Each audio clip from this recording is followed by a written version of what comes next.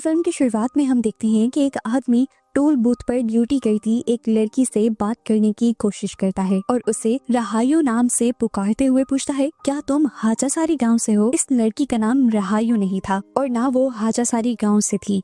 उसके इनकार करने पर वो आदमी गाड़ी आगे ले जाता है और गाड़ी से एक बड़ा सा चाकू निकाल लाता है। टोल बूथ के मिरर से ये सब देखकर वो लड़की डर जाती है और फौरन पुलिस को कॉल करके बताती है कि एक अनजान आदमी उसे मारना चाह रहा है। अपनी जान बचाने के लिए अब वो टोल बूथ से निकलकर भाग जाती है, पर वो आदमी उसका पीछा करना नहीं छोड़ता और आखिर उसे पकड़कर उस पर बैठकर उसे जान से मारने की कोशिश करता है। पर ठीक वक्त पर पुलिस आकर उस लड़की को बचा लेती है और इस सब के दौरान लड़की की थाई पर उस आदमी के वेपन से कट लग जाता है। डरते हुए वो लड़की घर आ जाती है और उसके साथ एक बहुत ही अजीब काम होता है। जहाँ पर उसकी थाई पर कट लगा था, वो महसूस करती है कि वहाँ पर उसे कोई पुरानी चोट भी लगी हुई थी और जैसे ही वो चोट खुली तो उसके अंदर से एक पेपर निकला जिस पर कुछ लिखा हुआ था। इस लड़की को ये लैंग्वेज समझ नहीं आती थी, इसीलिए वो इस पेपर की पिक्चर बना लेती है। खैर, जितना बड़ा हादसा उसके साथ हो गया था, वो पहले वाली जॉब तो कंटिन्यू नहीं कर सकती थी, इसीलिए अब उसने अपनी फ्रेंड दीनी के साथ मिलकर एक नया बिजनेस स्टार्ट करने का फैसला किया था। इनका बिजनेस भी कुछ ज्यादा अच्छा नहीं जा रहा था। फाइनेंशियली इन दोनों लड़कियों की हालत काफी खराब हो गई थी और तभी एक दिन घर की सफाई करते हुए उस लड़की की आंटी के सामान में से उस लड़की को एक पिक्चर मिलती है, जिस पिक्चर में वो और उसके मॉम डैड थे और पिक्चर के पीछे रहायू लिखा हुआ था। और यहाँ उसे एक बहुत बड़ा सच ये रिवील होता है कि वो आदमी जो मूवी के स्टार्ट में उसे मिला था वो सच कह रहा था। इस लड़की का असल नाम रहायू ही था और साथ में उसके घर का एड्रेस भी लिखा हुआ था, जहाँ से उसे अपने गांव का नाम हाजासारी पता चलता है।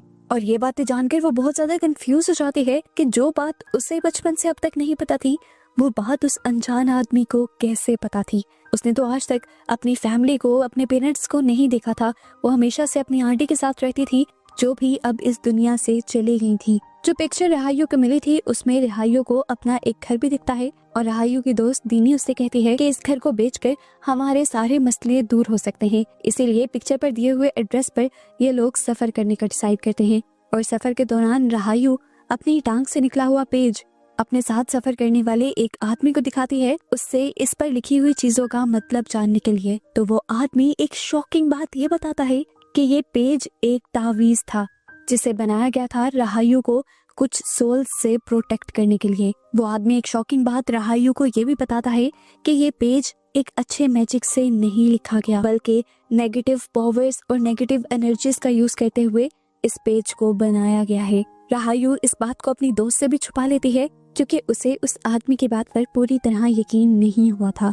पर थोड़ी ही देर गुजरने पर उसे शक होने लग जाता है कि जैसे वो आदमी ठीक कह रहा था, क्योंकि उसे बार बार रास्ते में 3 लड़कियां नजर आ रही थी, जो छोटी बच्चियां किसी और को नजर नहीं आ रही थी। उसने अपनी फ्रेंड दीनी से उन बच्चियों के बारे में पूछा भी था। वो समझ गई कि ये बच्चियां सोल्स ही हैं, क्योंकि जंगल के किनारे पर इस उम्र की 3 बच्चियों का होना नॉर्मल था ही नहीं और बार बार सिर्फ उसी के रास्ते में आना, इसी चीज ने साबित कर दिया था कि वो तीनों बच्चियां असल में सोल्स हैं, यानी आत्माएं हैं। खैर, जब इनका सफर खत्म हुआ तो पता चला कि सुबह हो गई थी और इन्हें अभी भी अपनी मंजिल तक जाने के लिए और काफी सफर तय करना था, पर वहाँ पर कोई भी गाड़ी नहीं जाती थी। अपने गांव में जाने के लिए ये लोग एक कार्ट ले लेते हैं और कार्ट का ड्राइवर इन लोगों को बताता है कि इस गांव में ज्यादातर लोग नहीं रहते क्योंकि यहाँ पर एक अजीब तरह का कर्ज है। कार्ट वाला उन्हें ये भी बताता है कि ये गांव पपेट्स बनाने और पपेट्स का नाच दिखाने के लिए मशहूर था। वो जब इनसे यहाँ आने की रीजन पूछता है तो रहायू कहती है, हाँ, हम भी पपेट के बारे में ही रिसर्च करने के लिए यहाँ आए हैं। इसीलिए वो आदमी इन दोनों को यहाँ के सरदार सप्तादी के घर के बाहर छोड़ देता है। सप्तादी इस टाइम घर पर नहीं थे। सप्तादी की मॉम जब उनसे यहाँ आने की रीजन पूछती हैं तो वो दोनों बताती हैं कि हम पपेट शो की हिस्ट्री पर रिसर्च करने के लिए आए हैं। अब इन्हें यहाँ पर स्टे भी तो कहीं करना था। रहायू अपनी फ्रेंड दीनी को उसी घर ले जाती है जो घर इन्होंने अपनी पिक्चर में देखा था। वो घर बिल्कुल खाली था। घर की हर चीज पर धूल जमी थी और किसी भी चीज को संभाला नहीं गया था। किचन में गला सड़ा खाना, धूल मिट्टी से भरा सामान, ये सब बता रहा था कि इस घर को जल्दबाजी में छोड़ा गया था। सारी चीजों को चेक करते हुए रहायू को कुछ पिक्चर्स भी मिल जाती हैं। इन सारी पिक्चर्स में वो कहीं पर भी नहीं थी। इन्हीं पिक्चर्स को देखते हुए इन्हें बाहर से किसी की आवाज आने लग जाती है। रहायू देखते हैं कि घर के बाहर एक बहुत बड़ा सा ग्रेवयार्ड था जहाँ पर इस टाइम किसी को दफनाया जा रहा था और दफनाने के बाद जल्द ही ये लोग यहाँ से चले जाते हैं। राहायु भी अपने पेरेंट्स की ग्रेव पर जाती है, उनके लिए प्रे करती है और ये लोग एक अजीब चीज ये नोटिस करते हैं कि इतने बड़े ग्रेवयार्ड में सिर्फ कुछ ही बड़ी ग्रेव्स थी, बाकी सब तो छोटी छोटी ग्रेव्स थी, जैसे छोटे बच्चे मर गए हों। रात में इसी गाँव का हमें सीन दिखाया जाता है। इस गाँव में एक औरत के पास एक बच्चा पैदा हुआ था, जिस बच्चे को ये लोग इस गाँव के लीडर सप्तादी को पकड़ा देते हैं और सप्तादी उस बच्चे को मार देता है। सुबह को ये लोग उस बच्चे का फ्यूनरल करते हैं। राहायु और दीनी को ये बात काफी अजीब लगती है कि यहाँ पर बच्चे बहुत तेजी से मर रहे थे। एक कल मरा था, एक आज मरा था और ये नॉर्मल तो नहीं था। ये दोनों काफी डरी हुई थी और इसी टाइम पर सप्तादी की नजर उन पर पड़ जाती है और वो उनके पास आकर पूछते हैं, तुम लोग कौन हो और यहाँ क्या कर रही हो? राहायु फिर से वही झूठ बोलती है कि हम पपेट शो की हिस्ट्री को रिसर्च करने के लिए यहाँ आए हैं। ये सुनकर सप्तादी उनसे उनकी उम्र पूछते हैं तो राहायु अपनी उम्र भी गलत बता देती है, जिसके बाद सप्तादी उन दोनों लड़कियों को अपने घर पर भी इनवाइट कर लेते हैं। लेकिन उनके बोलने का अंदाज इतना अजीब था कि राहायु और दीनी दोनों डर चुके थे। दीनी उससे कहती है कि मुझे नहीं लगता कि उनके घर जाना ठीक है, पर राहायु कहती है हमें जाना पड़ेगा क्योंकि मेरे घर के प्रॉपर्टी के पेपर्स उन्हीं के पास हैं और मुझे वो लेने हैं, तभी तो हम इस घर को बेच पाएंगे। अब राहायु अपने लिए खाना लेने के लिए जाती है और बातों ही बातों में वो होटल की ओनर से अपने घर के बारे में पूछती है। राती नाम की इस लड़की को ज्यादा नहीं पता था, पर पीछे से उसकी ग्रैंडमा बहुत ही गुस्से से बोलती हैं कि इस घर में रहने वाले लोग शैतान थे और ये घर भी शैतानी है। ये सुनकर राहायु कंफ्यूज हो गई थी कि आखिर उसकी फैमिली ने ऐसा क्या किया था कि सब लोग ना उनके घर को देखना चाहते थे ना उनको देखना चाहते थे, यहाँ तक कि उसके मॉम डैड की ग्रेव्स को भी इन लोगों ने ढक कर रखा हुआ था। घर पर इस टाइम दीनी अकेली थी। उस टाइम ही दो लोग दरवाजे पर नॉक करते हैं और वो दीनी से कहते हैं कि तुम्हें इस घर से जल्दी ही चले जाना चाहिए, ये घर ठीक नहीं है, यहाँ पर कभी भी कुछ भी हो सकता है। और दूसरी बात, वो दोनों ये भी कहते हैं कि ये घर एक प्राइवेट प्रॉपर्टी है किसी राहायु नाम की लड़की की जो शहर में रहती है। ये सुनकर दीनी को ये गोल्डन चांस लगता है इस घर के बारे में बात करने का। फिर लोगों से झूठ कह देती है कि मैं ही राहायु हूँ। तो फिर वो आदमी कहते हैं कि जाकर आप हमारे सरदार सप्तादी से इस प्रॉपर्टी के पेपर्स ले सकते हैं। ये दोनों उसे फोर्स करते हैं कि आप अभी हमारे साथ चलें, नहीं तो काफी देर हो जाएगी। सप्तादी अगले 3 दिन के लिए शहर जा रहे हैं। दीनी राहायु को बताए बगैर जाना नहीं चाहती थी, पर ये दोनों इतना फोर्स करते हैं कि उसे जाना पड़ता है। वो लोग उसे जंगलों के रास्ते में ले जाते हैं और आधे ही रास्ते में उसे शक हो जाता है कि इन लोगों के इरादे ठीक नहीं। वो इन दोनों से बचकर भागने का फैसला करती है, लेकिन जल्द ही वो लोग पीछे से उसके सर पर वार करते हुए उसे बेहोश कर देते हैं।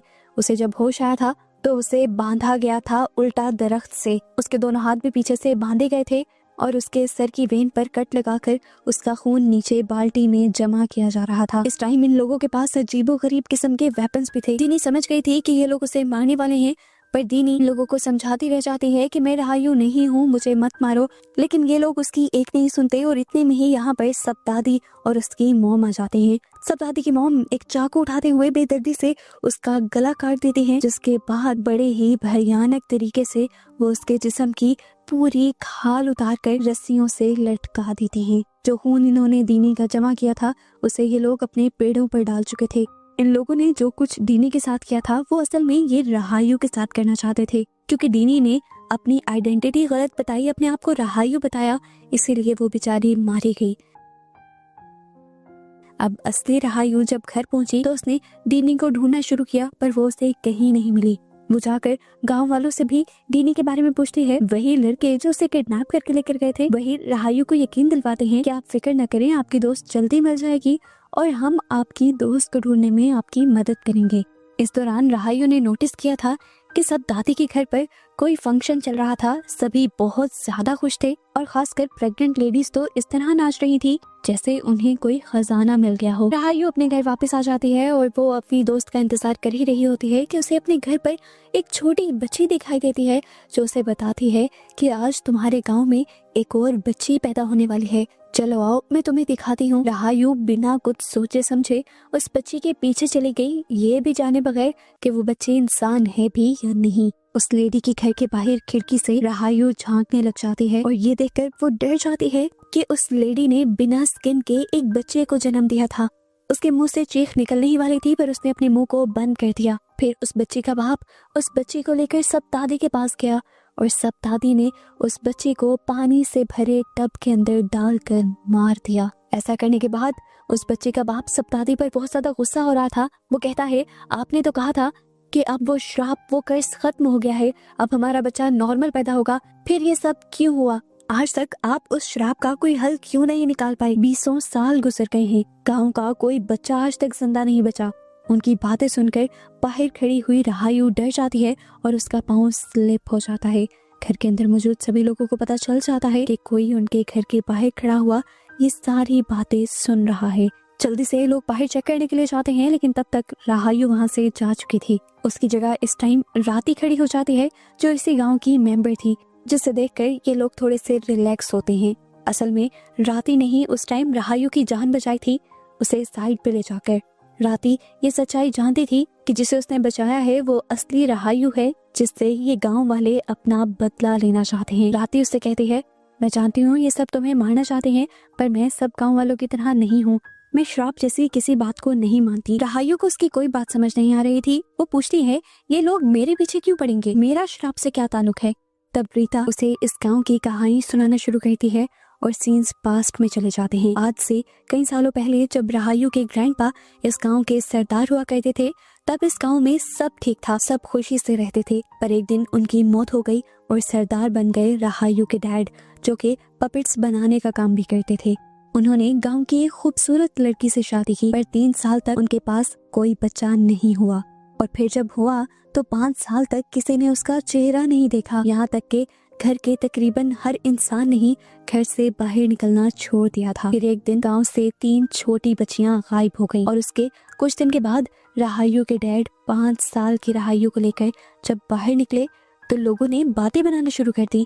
जरूर ये बच्ची आम नहीं है, किसी श्राप का या जादू का नतीजा है, जो कि शायद रहायु के डैड ने किया है, उन छोटी बच्चियों को मारकर जो गांव से गायब हुई थी। ये बातें निया ने फैलाई थी, जो अब के सरदार सप्तादी की माँ थी, जो उन दिनों रहायु के घर मेड का काम किया करती थी। क्योंकि रहायु के डैड सरदार थे, तो कोई उनसे जाकर ये ना पूछ पाया कि 5 साल तक उन्होंने अपनी बेटी को सबको क्यों नहीं दिखाया, और ना ही किसी ने उनसे ये पूछा कि आपने 3 बच्चियों की किडनैपिंग का कोई भी एक्शन क्यों नहीं लिया।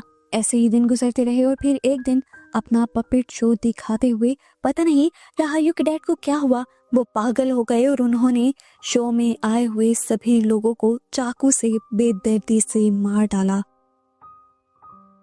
ये देखते हुए सभी गांव वालों ने अपने बचाव के लिए उनको और उनकी वाइफ को मार दिया और रहायु को बचाने के लिए उनकी एक हेल्पर भगाकर उसे शहर ले आई। वो दिन है और आज का दिन। सबके बच्चे जब इस गांव में पैदा होते हैं तो बिना स्किन के पैदा होते हैं, जिन्हें फिर गांव के लोग मार देते हैं। उनका मानना है कि श्राप तुम्हारे साथ जुड़ा है और तुम्हें मारने पर ठीक हो जाएगा। वो बताती है कि सप्तादी का मानना है कि तुम्हें मारकर तुम्हारी स्किन से एक पपेट बनाया जाएगा और उस पर जादू होगा, जिसके बाद बाकी सब बच्चों पर से वो श्राप खत्म हो जाएगा। इसीलिए तो हमें दिखाया गया था कि उन्होंने दीनी को जब रहायु समझकर मारा तो उसकी स्किन उतार ली थी ताकि उसका पपेट बनाया जा सके। राती उसे एक और बड़ी सच्चाई ये भी बताती है कि तुम्हें जो इंसान शहर में मारने गया था वो मेरा ही हस्बैंड था। क्योंकि मैं प्रेग्नेंट हूँ, वो मेरे बच्चे को बचाना चाहता है और उसे लगता है कि तुम्हें मारकर वो मेरे बच्चे को बचा लेगा, लेकिन मैं जानती हूँ ये सब सच नहीं है, ना ही ठीक है। राती उसे कहते हैं कि तुम्हारे लिए अच्छा यही है कि तुम सब कुछ छोड़ छाड़ कर यहाँ से भाग जाओ। यहाँ रहायु भागने लग जाती है। दूसरी तरफ गांव के लोगों को ये खबर पता चल जाती है कि उन्होंने जिस लड़की को मारा था वो रहायु नहीं थी, इसी वजह से श्राप खत्म नहीं हुआ और अब ये लोग असली रहायु के पीछे पड़ चुके थे। रहायु भी जंगल के रास्ते से भाग रही थी और एकदम से उसके सामने वही 3 बच्चियां आ जाती हैं जो उसे बार बार दिखाई दे रही थी। इन्हें देखकर वो डर कर गिर जाती है और तब एक बच्ची रहायु के आकर कान में कुछ बोलती है और यहाँ रहायु के आगे उसकी पास्ट की कहानियां चलने लग जाती हैं, जिससे उसे अपने पास्ट के बारे में सब कुछ पता चल जाता है। कहानी शुरू हुई थी तब से जब उसके मॉम और डैड की शादी हुई थी। शांति ने उसके डैड से शादी तो की थी, पर शांति असल में सप्तादी को चाहती थी। शादी के बाद भी उसने सप्तादी से अपना रिश्ता नहीं छोड़ा। इस सब के दौरान ही शांति को खुशखबरी मिली कि वो माँ बनने वाली है और इस खबर को सुनकर सप्तादी की माँ, जो कि रहायु के घर उन दिनों मेड का काम करती थी, वो बहुत ज्यादा गुस्से में आ जाती है। सप्तादी को लग रहा था कि वो उसका बच्चा है और अब वो शांति को किसी भी हाल में पाना चाहता था और इस तरह सप्तादी की मॉम को लगता था कि उनका बेटा उनके हाथ से निकल जाएगा। इसी वजह से उन्होंने ब्लैक मैजिक यानी काला जादू सीखा और उसके जरिए अपने बेटे को अपने कंट्रोल में कर लिया और उसी काले जादू से एक ऐसा श्राप भी बनाया जो पैदा होने से पहले ही शांति के बच्चे पर पड़ गया था, जिसकी वजह से जब शांति का बच्चा यानी राहायु पैदा हुई तो वो बिना स्किन के पैदा हुई। राहायु के डैड उसे देखकर बहुत ज्यादा डर गए, पर उन्होंने राहायु को मारा नहीं, बल्कि उन्होंने राहायु के साथ साथ शांति और अपने आप को भी इसी घर में बंद कर लिया और राहायु को ठीक करने के बहुत से तरीके ढूंढने लगे।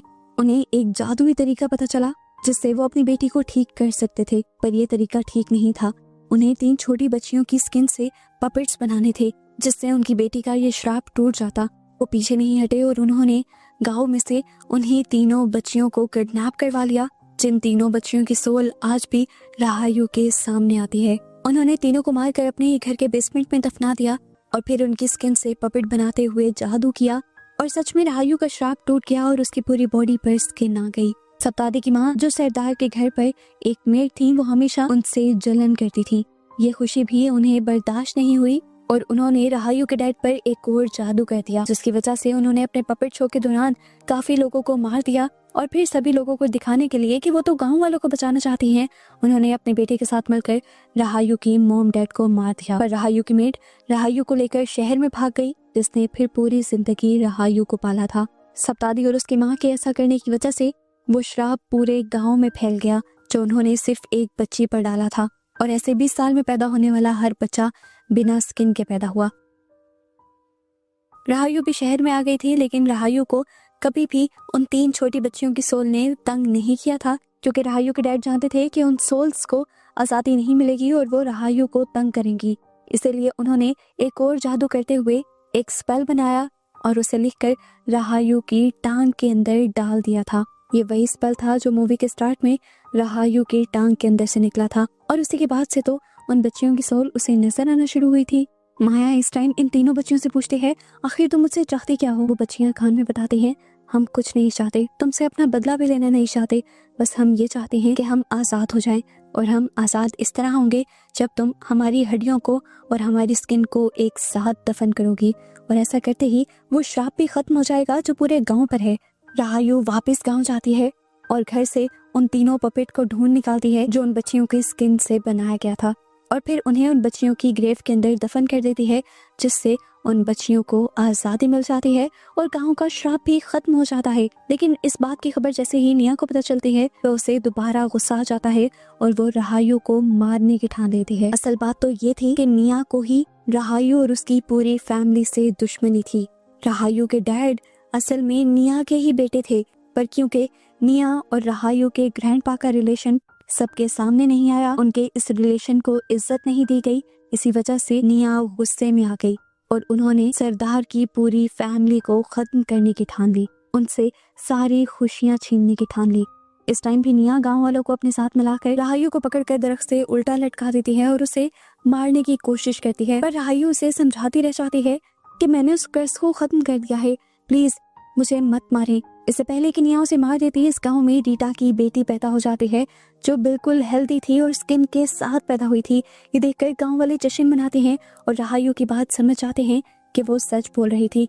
राहायु अब सब दादी को भी ये बताने की कोशिश करती है कि मैं असल में आपकी बेटी हूँ और आपकी माँ यानी निया ने ये सब कुछ भुलाने के लिए ही आप पर ब्लैक मैजिक किया था, जिसका श्राप मेरे पे आया और मैं बिना स्किन के पैदा हुई थी और वहां से ही ये सारी कहानी शुरू हुई। इतनी बड़ी सच्चाई सुनकर सब दादी शौक में आ जाता है। उसकी माँ ने पूरी उम्र उसे धोखे में रखा था, उसे उस बच्चे का ही दुश्मन बनाए रखा था जो उसकी अपनी बेटी थी। इस दुख में वो अपना ही गला काट कर सुसाइड कर लेता है और अपने बेटे को मरता देखकर निया भी टूट जाती है और वो भी अपनी बेटी की ही तरह सुसाइड कर लेती है। इस तरह इन बुरे लोगों से और बुरे श्राप से इस पूरे गांव की जान छूट जाती है और फाइनली राहायु भी जिंदा सलामत इस गांव से चली जाती है। 1 साल तक तो सब कुछ उस गांव में ठीक रहता है, पर साल बाद हमें दिखाया जाता है कि यहाँ पर कुछ और ही बहुत बुरा होने वाला था। जिस तरह रीटा की दादी ने एक मर्तबा रीटा से और राहायु से कहा था कि कर्ज को कभी भी खत्म नहीं किया जा सकता, बल्कि वो एक बड़े कर्ज में बदल जाता है, तो ऐसा होने का वक्त आ चुका था। गाँव में सब लोग खुश थे, उनके बच्चे हेल्दी पैदा हो रहे थे, पर एक दिन बहुत ही अजीब होता है।